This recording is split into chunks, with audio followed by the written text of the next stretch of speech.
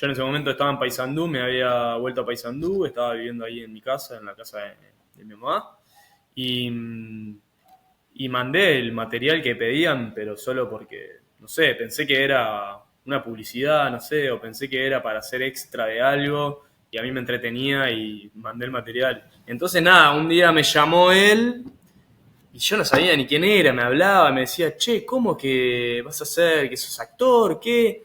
Y ahí me dijo que era él y tal, que le habían comunicado y que le habían dicho y que estaba súper contento. Y bueno, fue ya al toque entablar una relación, empezar a juntarnos. Fue una cosa súper exigente porque de repente era no comer nada, ir a filmar en unas condiciones que no era, que era ir una hora de viaje para arriba en la montaña, bastante incómodos, frío, pasar muchas horas ahí, que haga frío, que haya sol, tener que hacer caminatas, tener que cargar con mochila. Fue muy variado, de repente había días que estábamos arriba de todo y hacía un solazo y, no sé, capaz hacían 25 grados y lo que sufría era el calor y el sol.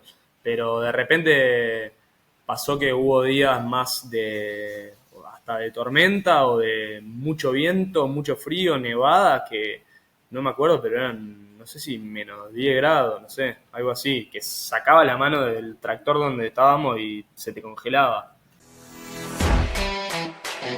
Day One Podcast. Bienvenido a The One Podcast, Agustín de la Corte. Agustín, un privilegio tenerte con nosotros aquí y poder charlar, agradecerte por tu tiempo, por el compromiso y la dedicación, y bueno, muchas gracias por estar aquí. Bueno, gracias a vos, Diego, y nada, re contento. Y bueno, es el primer, Es el primero, programa, sos el primer invitado. no puedo creerlo. O Sí, sea, creo que me lo dijiste antes y me entró como sí. un honor No, para mí es un honor, para mí es un honor. y tremenda responsabilidad también. Así que Bueno, muchas vamos a gracias, darle Agus. al podcast Bueno, con todo. para ubicar a la gente más o menos a qué altura del año estamos grabando esto, hoy es 10 de enero y la película en cartelera lleva aproximadamente un mes y bueno, Netflix salió hace muy poquitos días y ayer leía un poco lo que tiene que ver con los números que está teniendo la película y es extraordinario. Top 1 en más de 90 países, 22 millones de visualizaciones promedio. Realmente es un éxito. ¿Ustedes ya veían eso de cuando estaban grabando la película? ¿Sentían que esta película apuntaba a algo grande? ¿Cómo eran las sensaciones? Sí, o sea, la verdad es que teníamos conciencia de que era un proyecto grande y que era una apuesta muy fuerte tanto de Jota como también de Netflix.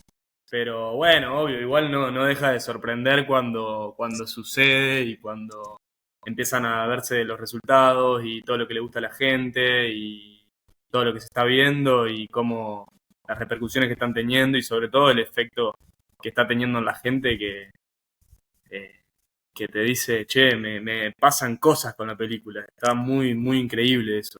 Sí. Creo que era algo súper buscado y que no deja de sorprender ahora lo que está pasando y que es hermoso. No, realmente es una película que evoca sensaciones de todo tipo. Es realmente algo que tal vez en otras películas no pasaba. Hay películas famosas, como por ejemplo Viven, que es una película que también se enfoca en lo mismo, pero creo que hay amplias diferencias y también está muy bien logrado realmente. Creo que el uruguayo lo toca mucho eso, desde lo sentimental. Sí, sí, es una historia re súper uruguaya y que está muy, muy, muy arraigada en la cultura nuestra. Y bueno, también es un poco darla a conocer a las nuevas generaciones y, o sea, hablo también de mí porque yo Claro. tampoco es que la tenía tan presente con tanto detalle y la verdad que nada, súper contento también con eso. ¿Actualmente cuántos años tenés, Agus? Yo tengo 26 años. 26 años. Y cuando empezaron a grabar tenías aproximadamente 23, ¿no? 24, sí, 24. 24 ¿Año? años. 2000. 2021, fin de 2021. Claro, plena pandemia. Sí, ahí plena pandemia, sobre todo allá en España estaba un poco más heavy que acá, Sí, que en Uruguay, quiero decir. sí, sí. Y nada, también tuvimos que llevar adelante con todo lo que implicaba eso. Claro. Bueno, Agus, vamos a empezar a ir introduciendo un poquito de la historia, ¿no? Porque realmente el casting, todos los actores que participan de la película, un aspecto muy lindo que tiene es que varios actores que participan son uruguayos. ¿Más o menos tenés el número de cuántos son uruguayos dentro del casting? Sí, uruguayos somos eh, uno, sí, 6, 8 por ahí. Sí, Sí, unos 8 uruguayos. además de vos Eh, está Enzo y... era un grupo bastante grande, entonces medio Claro, que nos sí, no, no, perdíamos yo quién es quién. claro, Sí, está Enzo, está Agustín Berruti, está Luciano Chatón, sí, está Fede Aznares, eh, Juan Diego Eirea, Fede Formento, Agus Laín claro, y creo que no me olvido de casi ningún uruguayo. claro. Y no todos son actores, que eso es importante. Sí, había un buen mix de gente con experiencia, con buena experiencia, y gente que por ahí como yo que tenía cero experiencia. Eso es algo importante que me gustaría charlar, porque en realidad hay un aspecto que no es menor con respecto a la película, y es que estamos hablando de un grupo de chicos que jugaban al rugby en el equipo All Christians, que el avión se estrella, pero en realidad vos tenés un vínculo previo con el rugby que es importante. ¿Cómo surge tu vínculo con el rugby? Jugaste al rugby, ¿no? Sí, yo jugué al rugby toda la vida, desde los 8 años hasta ese momento que me fui a España, hasta los 24. Nada, jugaba, yo soy de Paysandú, viví ahí hasta los 18 años y jugué ahí en el club que se llama Trébol de Paysandú.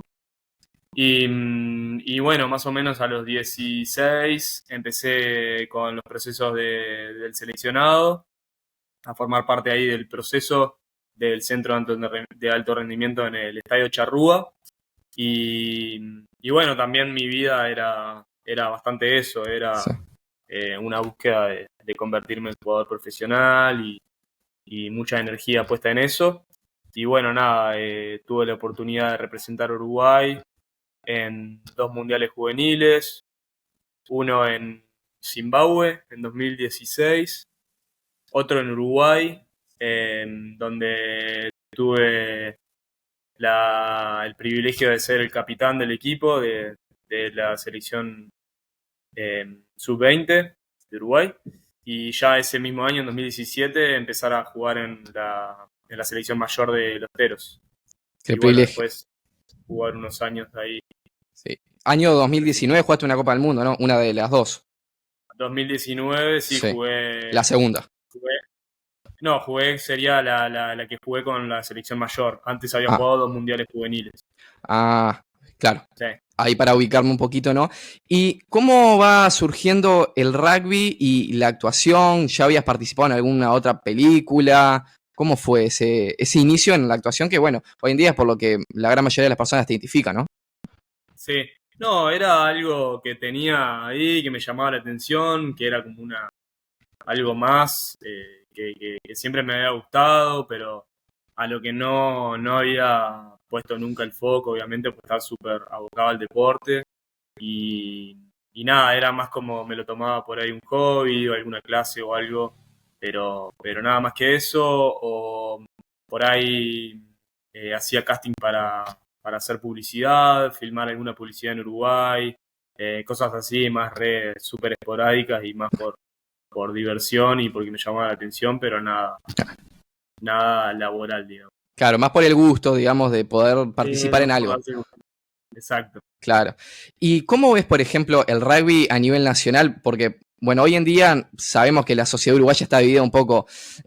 Gran parte es aficionada al fútbol, hay otros que les gusta más el básquet o el rugby. ¿Cómo es el rugby a nivel nacional? Vos que tuviste la oportunidad de participar en la selección.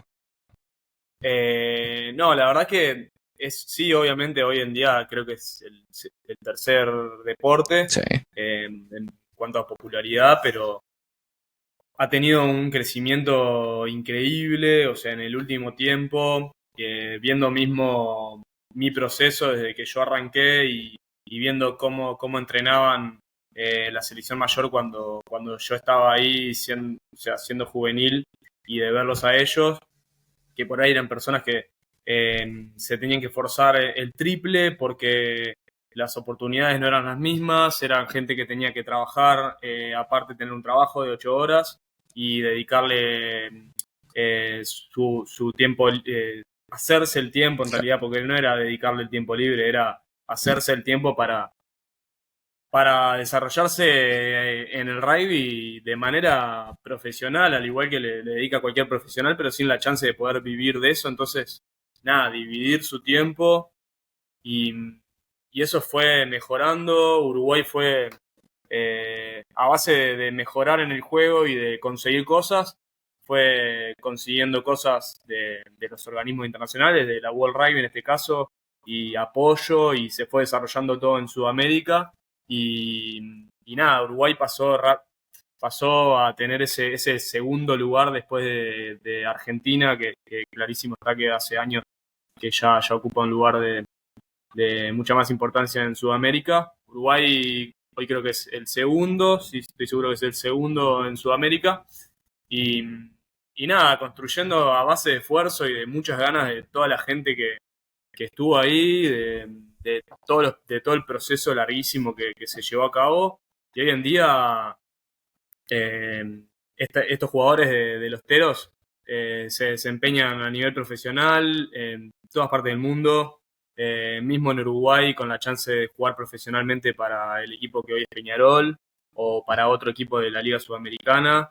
Entonces nada, fue medio emparejado con el crecimiento de Uruguay, hubo un gran crecimiento de Sudamérica, que bueno, la frutilla de la torta fue hace un par de años cuando se inauguró la liga profesional, y eso le está dando mucha chance y mucho rodaje profesional a muchos jugadores y ampliando la base, y eso es lo que más eh, hace mejorar el nivel del deporte a nivel país y a nivel eh, continente, digamos, Sudamérica.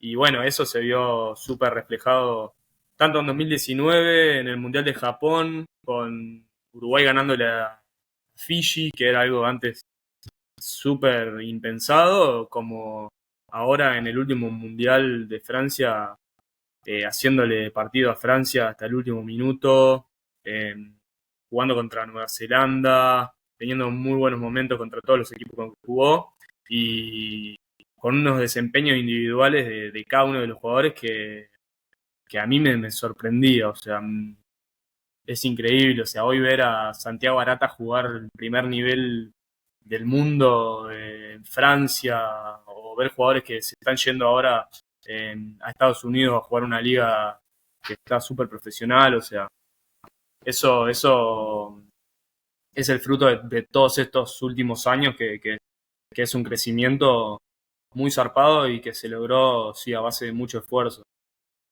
Sí, es realmente algo que, bueno, en nuestro país pasa que muchas veces cuando los deportes que no son por así tan populares, como pasa en el caso del fútbol o del básquetbol, no se le da tanta importancia y en realidad en nuestro país hay mucho potencial y bueno, esto que comentabas ahora de que hace unos años se llevó a cabo un proceso que fue bastante importante, es algo lindo para nuestro país, para incluir otros deportes a nuestra sociedad.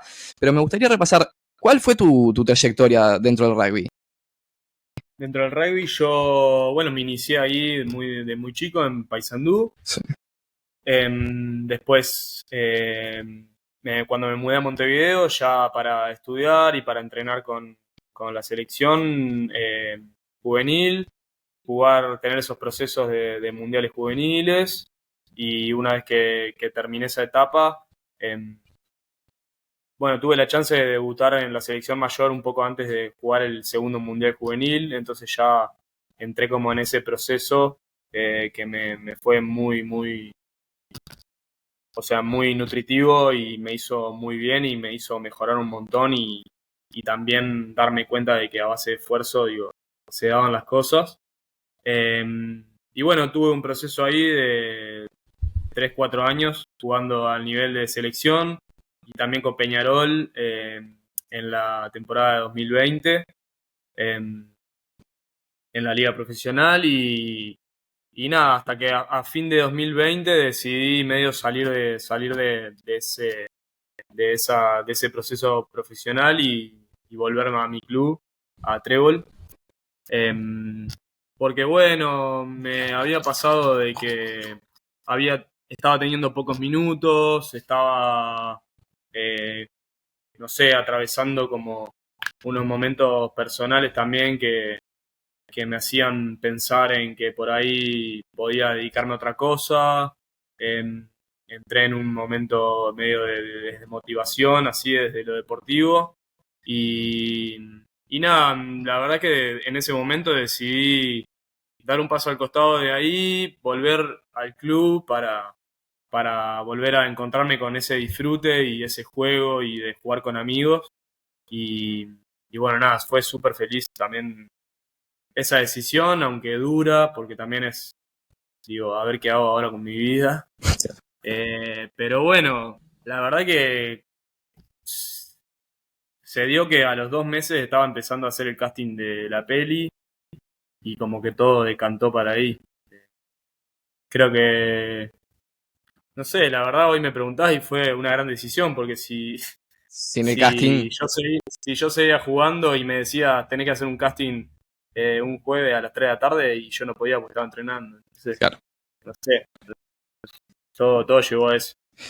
Y bueno, ahora que ya nos situamos un poco en la época en la que comienza el casting de la película, ¿cómo fue el casting con respecto a una producción española? Vos estando en Uruguay, recién te habías mudado, había en tu vida no tenías, estabas buscando ese encontrarte contigo mismo. ¿Y cómo surgió? Porque por lo que tengo entendido fue un casting largo. Sí, no, la verdad es que lo vi en un llamado, un casting abierto que estaban buscando deportistas. Yo en ese momento estaba en Paysandú, me había vuelto a Paysandú, estaba viviendo ahí en mi casa, en la casa de mi mamá.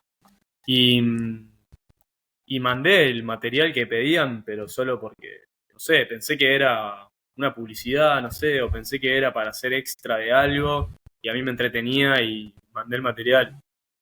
Y no decía nada, no mencionaba nada sobre el proyecto del llamado ni nada. Eh, entonces nada, mandé el material y a las 2 semanas me dijeron, che, precisamos que mandes no sé qué más. Bueno, bien, no sé. Pasó un mes, no sé, un día se me ocurrió escribirles, che, ¿qué onda? Eh, no, sí, sí, pasa que demora un poco y es largo y pa. Dale, de una. Y así pasaban los meses y yo nada, como que me había olvidado de eso, no tenía nada presente, o sea, como no habían mencionado nada del proyecto ni nada, y más o menos en junio se contactaron conmigo para ver si podía mandar un self-tape, un autocasting, Sí. ya con un texto, con una escena. Mandaron el texto y ahí más o menos se mencionaba el avión, no sé qué, y dije, bueno, debe ser algo relacionado a esto, pero nada, tampoco me imaginaba la magnitud ni nada. Una vez que mandé ese material, me volvieron a contestar que querían hacer una instancia en vivo, así como estamos haciendo ahora por Zoom. Sí. Y, y nada, tuve esa instancia también por Zoom. Y ya, por ejemplo, ponele que a las 2 semanas, al mes, me llaman y me dicen, bueno, mirá, podrías viajar a Montevideo, queremos que hagas el casting con el director ahí. El director es tal y tal, me dijeron el nombre. Yo la verdad que el cine me encanta, pero no sabía, No lo no conocías. lo conocía de nombre. Claro. Y bueno, me dijeron eso y me fijé en Google y dije, Es como famoso. que como que dirigió Jurassic World, no sé qué, Lo Imposible. Sí. Y bueno, dije, bueno, está, me mando para Montevideo. Y ahí cuando llegué al casting ya era como me di cuenta que era todo super pro. Estaba él, estaban otros compañeros. Y nada, y fue llegar ahí y hacerlo. Y bueno, y también tuvimos un par de instancias ahí. Y nada, en eso. ¿Y eras el único que era jugador de rugby o había alguien más de los que mencionaste? Sí, sí, era el único. Claro. Bueno, y comienza esa instancia de casting presencial. ¿Y cómo es el anuncio oficial de que eras parte de la película? Bueno, tuvimos una instancia ahí, después otro día tuvimos que volver a ir, eh, después otra vez, y ya en agosto más o menos fue un llamado fue medio, che, te queremos decir algo, y en un llamado ya me lo comunicaron ahí, y medio que empezaron a cerrar ahí todo el casting y a comunicarle a todos. En ese momento ya sabías el papel que te tocaba interpretar, ¿no? En ese momento sí, porque yo había hecho ya el casting para ese personaje, Sí. para Tintín, Sí. y, y bueno, y ahí me lo comunicaron igualmente, digo que como que cerraba en ese papel también, y nada, me puso súper contento.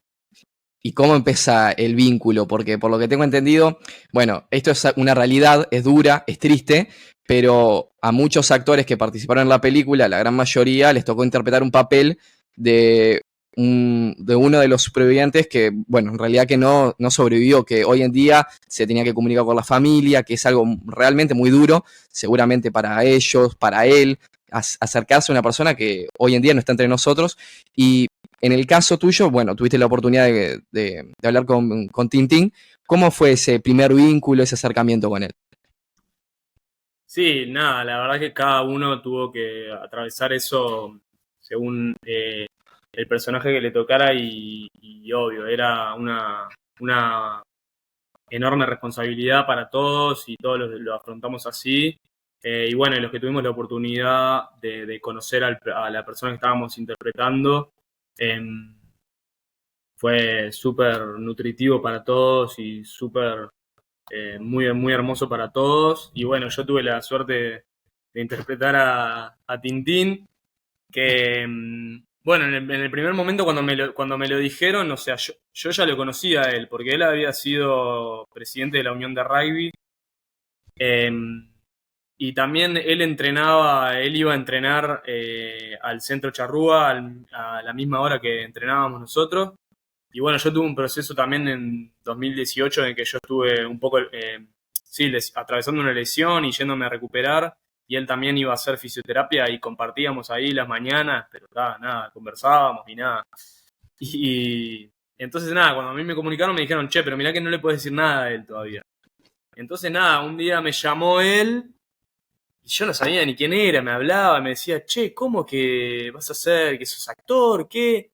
Y ahí me dijo que era él y tal, que le habían comunicado y que le habían dicho y que estaba súper contento. Y bueno, fue ya al toque entablar una relación, empezar a juntarnos, charlar un montón, súper amables, con tremenda humildad, como hablábamos recién, y súper abierto a compartirme todo de su historia. También él consciente de lo importante que era para él y yo tomando conciencia de eso y nada, la verdad sí, sintiendo un poco de esa presión, de esa responsabilidad, porque al fin y al cabo era un poco dar a conocer nuevamente al mundo su historia y que sea a través de mí era algo fuerte y yo lo sentía así y bueno, también estaba dispuesto a agarrar esa responsabilidad y hacerlo lo mejor que pueda. Claro. Y algo que también es algo que mucha gente ya conoce, los supervivientes estuvieron en todo el proceso de grabación de la película y cómo se ayudaban mutuamente con respecto a la producción y a los supervivientes para poder hacer la película lo más realista posible, que en realidad es uno de los aspectos más importantes que tiene, ¿no? Sí, bueno, primero que detrás de todo lo que es también cómo se escribió el guión y cómo se llevó a cabo todo, está Pablo Bierzi en el medio, ¿no? Que es, además del autor del libro en el que está basada la película, es uno de los productores de la película. Entonces, nada, él con su conocimiento de la historia y de los personajes, digo, estaba todo apalancado bastante en él. Otro aspecto importante es que también se llevaron a cabo muchas entrevistas, tanto los productores como J tuvieron entrevistas muy extensas con cada uno de los sobrevivientes, reconstruyendo la historia, armando todo el relato. Y nada, por un lado eso, y por otro lado, todo lo que cada actor pudo recabar de conversaciones y juntarse con los sobrevivientes.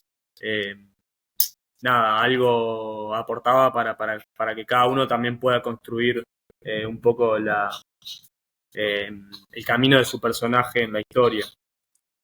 Claro, adquirir la personalidad. Claro, sí, creo que eso fue súper importante porque también había lugar para que cada uno pueda aportar lo que había entendido por hablar con tal o cosas así. Bueno, y comienza el proceso de grabación. ¿Y cuál es la primera escena que se filma? La primera escena que filmamos fue la primera noche en el avión, o sea, inmediatamente de que chocan, eh, es lo que empezamos a filmar, o sea, Sí. la primer noche del avión. Y a partir de ahí empezamos a ir armando toda la historia hasta el rescate.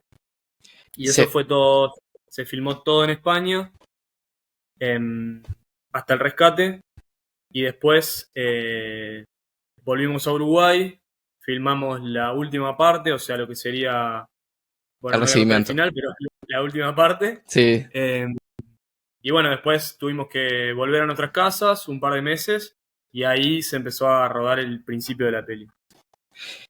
Y hay un detalle que en realidad no es menor, que también se puede ver en la película y aumenta la característica del realismo que tiene esta película, y es que al grabarlo cronológicamente se nota cómo ustedes van modificando su forma, modificando su cuerpo al ir perdiendo cada vez más masa muscular, más peso. ¿Cómo se vivió esa dieta que tuvieron que hacer estricta para lograr asemejarse a la realidad?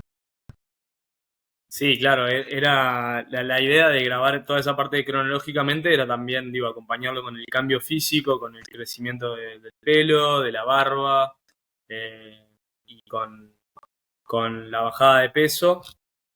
Y bueno, nada, fue un proceso también súper importante y que construyó mucho de la historia porque eh, personalmente a todos nosotros era algo que nos afectaba en el día a día, en el ir a filmar y eso, atravesando ese proceso de adelgazamiento.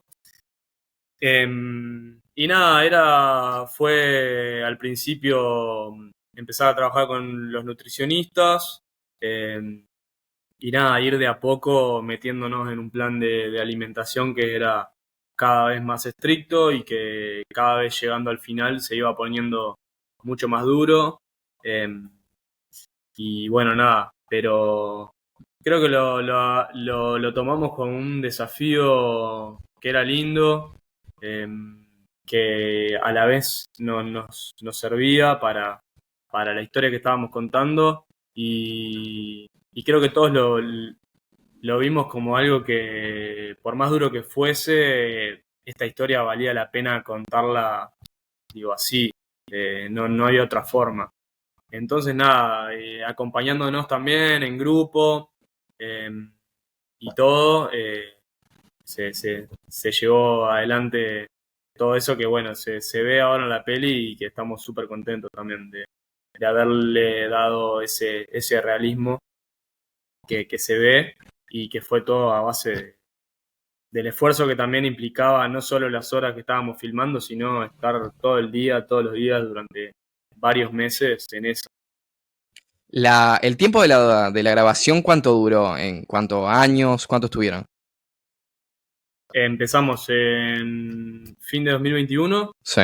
y terminamos en diciembre de 2022, o sea, un año en el que, bueno, tuvimos algunos meses paramos porque justamente cuando terminamos de filmar lo último, Sí. tuvimos que parar para recuperar peso y poder filmar el principio de la peli. Entonces, nada, le dimos la vuelta a eso, después se volvió a parar, se filmaron algunas cosas en Chile. Después se volvió a parar porque lo último que filmamos fue el accidente, que bueno, requería todo un proceso muy complicado de armado, de producción, de planificación, para el que la producción se tuvo que tomar unos meses, durante los cuales nada, nosotros estuvimos en nuestras casas y después en noviembre de 2022 ya viajamos a España para terminar ese mes de filmar el accidente. ¿Y ¿Cómo fue el proceso? Porque estábamos hablando de que al filmarlo cronológicamente y hacer esa dieta estricta que cada vez iba, por así decirlo, empeorando de acuerdo a a la circunstancia que se grababa, ¿cómo fue ese mes que tuvieron para otra vez volver a consumir todo lo que no habían consumido antes? ¿los tocó hacerlo individual o o seguían todavía todos juntos? ¿Cómo fue eso? No, cuando recuperamos peso fue ya individual, cada uno. eh, y sí, era volver a adaptarse a algo. Y la verdad que fue duro también, porque como contaban ellos también cuando volvieron, te querés comer todo y tu cuerpo no está listo. Claro, Pero bueno, la verdad que fue más fácil engordar que adelgazar, seguro. sin duda. Pero, pero sí, también fue un proceso que tuvo lo suyo. Y asesorados todos por nutricionistas en ese periodo que estaban grabando, ¿no? Sí, todo fue supervisado y asesorado por nutricionistas y bueno, y también nada, tuvo, tuvo mucho amor nuestro de sumarnos a eso. ¿Cómo podían soportar las horas de grabación consumiendo menos de las cantidades que tenían que hacer? Porque realmente uno se lo imagina y dice, es un sufrimiento realmente. ¿Y No cómo sé. se vivió? No, la verdad es que fue una cosa súper exigente porque de repente era no comer nada, ir a filmar en unas condiciones que era ir 1 hora de viaje para arriba en la montaña, bastante incómodos, frío, pasar muchas horas ahí, que haga frío, que haya sol, tener que hacer caminatas, tener que cargar con mochila, eh, y de repente parar a almorzar y que el almuerzo sea Nada. nada, un huevo, no sé, no, a veces un caramelo, no sé. Claro, para suplementar Y, todo lo que estaban gastando, ¿no? y bueno, y nada, y después seguir y volver a la habitación y ya tampoco comer nada y así irse a dormir, a veces no dormir. Eh, por eso es como fue algo muy que nos afectó mucho, tanto negativamente porque eran unos estados de ánimo que no eran los mejores, pero lo acompañamos con mucha buena onda nuestra y con mucha amistad y mucho amor y nada, con un grupo que se unió muy zarpado y que pudo superar todo. Una consulta que esto en realidad tiene que ver con lo que estábamos hablando. ¿Sabés más o menos decirme cuánto era la temperatura promedio cuando grababan en Sierra Nevada, que fue el lugar donde se grabó? Y mirá, la verdad es que no me acuerdo tanto, pero fue muy variado. De repente había días que estábamos arriba de todo y hacía un solazo y, no sé, capaz hacían 25 grados y lo que sufría era el calor y el sol. Pero de repente pasó que hubo días más hasta de tormenta o de mucho viento, mucho frío, nevada, que no me acuerdo, pero eran, no sé si menos 10 grados, no sé, algo así, que sacaba la mano del tractor donde estábamos y se te congelaba. Ah, era un punto Y extremo. sí, o sea, muchas veces, digo, no se pudo filmar por eso mismo, o cosas así. Pero bueno, también había 3 sets armados, entonces, digo, según las condiciones climáticas iba rodando en uno o en otro. Claro. Y ese aspecto que es muy importante, que también influye con algo de la película, y es que en realidad la película tiene una tensión muy grande durante todo el tiempo, porque es varias escenas de sufrimiento, de mostrar el dolor, la ira, o por ahí cómo estaban desconcertados ellos en la montaña. ¿Cómo podían ustedes salir de ese enfoque del personaje que estaban interpretando en su tiempo libre que tenían cuando estaban en el hotel? ¿Cómo era ese grupo humano entre ustedes? No, se fue súper cerrando el grupo, digo, haciéndonos cada vez más amigos, estábamos compartiendo algo re importante para todos, estábamos lejos de nuestra casa, nos tocó, la verdad que pasar varios meses juntos, compartir una Navidad, compartir Año Nuevo, lejos de nuestras casas, y por ahí eso hizo que gente no nos conocíamos hasta unos meses atrás, pero fue muy rápido como se encontró todo lo que teníamos en común todos y, y que eran cosas fuertes lo que estábamos viviendo todos juntos y eso creo que nos unió un montón y nos hizo pasar espectacular, o sea, en todo sentido y en todo momento. eh, Hubo un clima de mucho disfrute y de mucha entrega y de mucho amor y eso fue lo más importante para poder atravesar todo lo que pasó. Claro. ¿Y qué tal el vínculo con Bayona, con el director?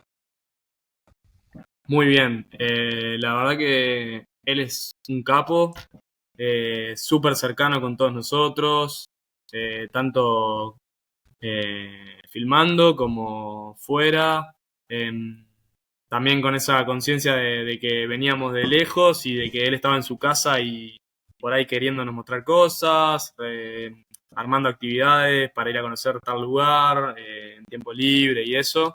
Y nada, súper contento de él también, disfrutando un montón de que estaba con un grupo de gente que era divertido y nada, y que creo que no le había pasado de filmar con tantos actores. Y nada, creo que él lo disfrutó un montón y también eso, súper sencillo, súper cercano y un capo él. Claro. Y algo, una curiosidad que hay en un aspecto de la película, y es en una escena previa a la luz que me gustaría comentártela, que es, tiene que ver mucho con algo que habló Bayona, que lo escuché hace un tiempo, y es que en ese vínculo que tenían con el grupo humano, como vos me comentabas anteriormente, Bayona aprendió lo que eran las payadas, que él no sabía qué eran las payadas, y que hubo alguien que les comentó acerca de qué eran, y que cada uno preparó la suya. ¿Cómo Sí, fue eso? ¿Cómo surgió? eso creo que surgió en un ensayo en Barcelona. No sé si no. Fue como algo de. Primero eran chistes y después creo que surgió de. Bueno, Agustín Berruti Sí. es el actor que interpreta a Bobby François. Él es de campo y sabe payar y nada, lo hace muy bien. Entonces creo que él fue un día el que salió con eso. Y ahí se armó en un ensayo eso, y después fue como encomendado a nosotros que cada uno haga su payada y la escriba. Y, esos días que estuvimos filmando eso era probar, tirar, que cada uno tire. eh, y nada, eso es lo que se usó para armar ese momento previo a la avalancha. eh, Nada, para construir eso de también contar un poco lo que pasaba en el día a día en el avión cuando estaban adentro, que era que tenía así algo más de también de divertirse, de hacer chistes, de contar cosas y nada, y eso después nada, en el relato se contrasta con bueno, lo que pasó después. Y algo que tiene que ver mucho con el origen, es decir, digamos, algo propio que mantuvo la producción con respecto a que el vocabulario que se usaba en la época de Uruguay fuera el mismo que en la película y demás. ¿Qué tal fue para un uruguayo grabar, por ejemplo, la escena en el aeropuerto de Carrasco Viejo? ¿Cómo fue? Porque realmente, bueno, yo hablo de mi caso, yo nunca tuve la oportunidad de conocer el aeropuerto por la edad que tengo, pero tengo familiares y personas conocidas que me han dicho con respecto a eso y bueno, realmente debe ser algo lindo poder ver un lugar que es recordado por todos, ¿no? Sí, la verdad que yo tampoco no lo Ah, conocía está. y, y nada, fue increíble porque el armado que hicieron, toda la escenografía, todo el arte que le pusieron ahí, eh, ayudaba a construir un entorno que sí, te sentías en esa época, te sentías en los 70 totalmente.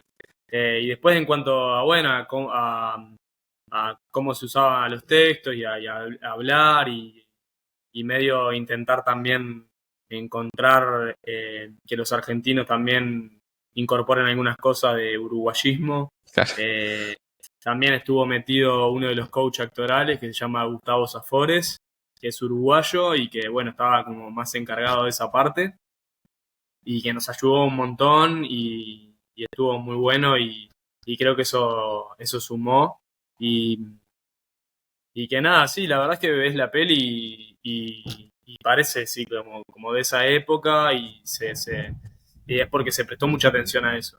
Sí, hay pequeños detalles. Bueno, no sé si son tan pequeños detalles, pero por ejemplo, los taxis que se usaban en la época, aparece en la escena, el Montevideo de la época, o también una referencia que también es muy recordada con respecto a cuando en la escena posteriormente a que ven al avión que supuestamente los había visto y luego empiezan a recordar cada una de las comidas que les gustaría comer en ese momento. ¿Eso también fue algo propio de ustedes o fue de la producción?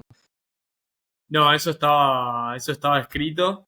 eh, y nada, en base también a los relatos que hacían ellos de los cuentos que hacían y de que hablaban de comida y de tal comida y del bar a la cena y todo eso. Claro. Sí, eso de los detalles estaban todos, o sea, estaban en todos los detalles y Jota, que quería ser súper fiel a la historia, estaba encima de todo eso y entonces no había como errarle porque él es muy detallista y hacía mucho foco en que todo sea muy realista y no descuidar nada. Y las escenas en las que participaron, por ejemplo, propiamente los sobrevivientes de los Andes. Por ejemplo, está la recordada escena de Nando Parrado abriéndole la puerta a su madre y a su hermana, también a él mismo. ¿Cómo fue trabajar en el set con los sobrevivientes que ya ustedes ya tenían un vínculo con ellos? Sí.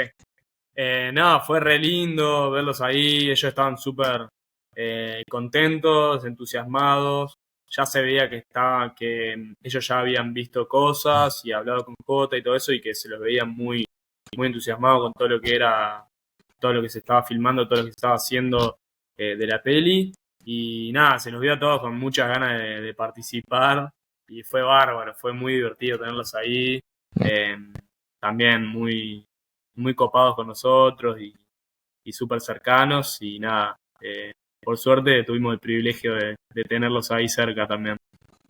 Bueno, Aus, y ya volviendo un poco a todo lo que tiene que ver con tu vida luego de la película, que hoy en día es un éxito y creo que cualquier uruguayo puede estar muy contento de toda la repercusión que está teniendo esta película, que ojalá va a ser nominada a varios premios y que sea así, que sea galardonada con esos premios.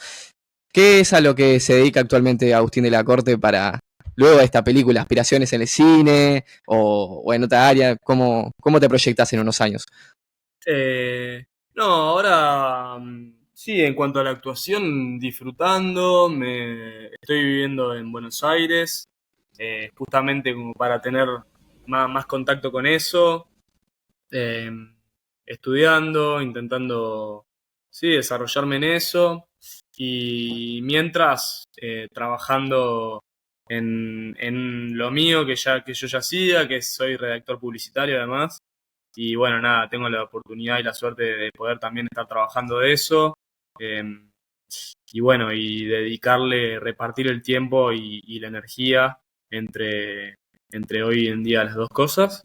Y nada, son dos cosas que también la publicidad a mí me encanta, me súper apasiona, lo re disfruto y que también digo es el medio hoy Sí. para estar acá y para poder seguir desarrollándome en lo otro y nada.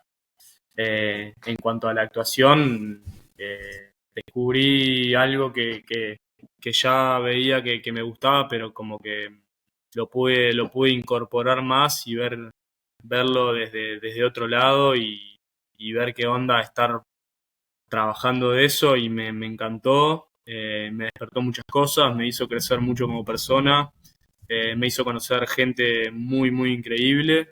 eh, y nada, hoy lo estoy súper disfrutando y intentando también tenerlo cerca, tenerlo en mi vida y nada, intentar hacer todo lo que me gusta eh, y Claro. ya. Por ahora no hubo contacto.